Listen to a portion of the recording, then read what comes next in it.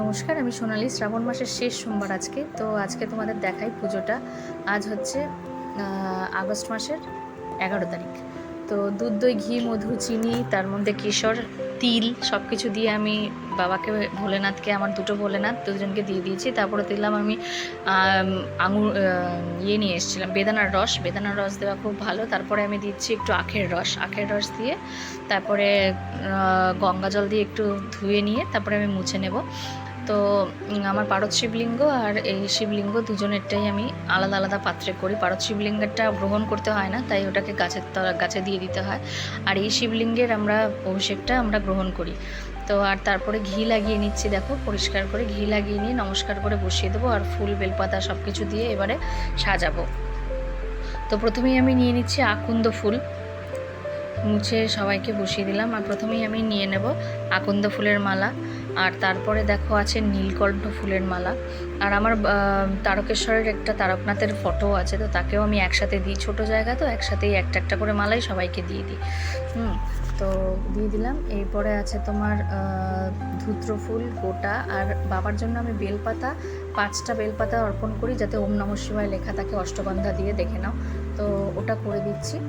আর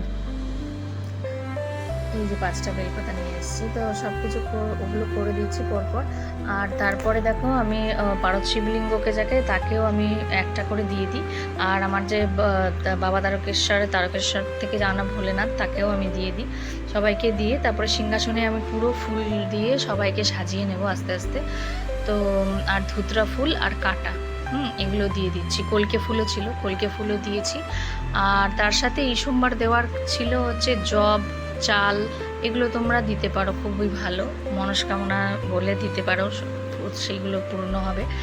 আর এই 3 রকমের ফল মিষ্টি আমি কালকে এনেই রেখেছিলাম, তো সেগুলো ধুয়ে ঠুয়ে পরিষ্কার করে দিয়ে দিলাম আমি বাবাকে। আর এখন আমি জ্বালিয়ে নেব হচ্ছে কর্পূর আরতি করব, ভীমসেনী কর্পূর। আর একটা লবঙ্গ দিয়ে আমি আরতি করি। এমটা আমি মাঝে মাঝেই করি। মধ্যে আমি তোমাদের দেখিয়ে দিচ্ছি ওই জব আর চালটা দিয়ে দেওয়ার ব্যাপার ছিল, ওটা দিয়ে দিচ্ছি। তো ভীমসেনী কর্পূর আর তোমার লবঙ্গ দিয়ে আমি আরতি করি। আর এটা সব ঘরে দেখাবে, খুব পজিটিভ এনার্জি হয়। ঘরে যদি নেগেটিভ এনার্জি থাকে সেটা কেটে যায়।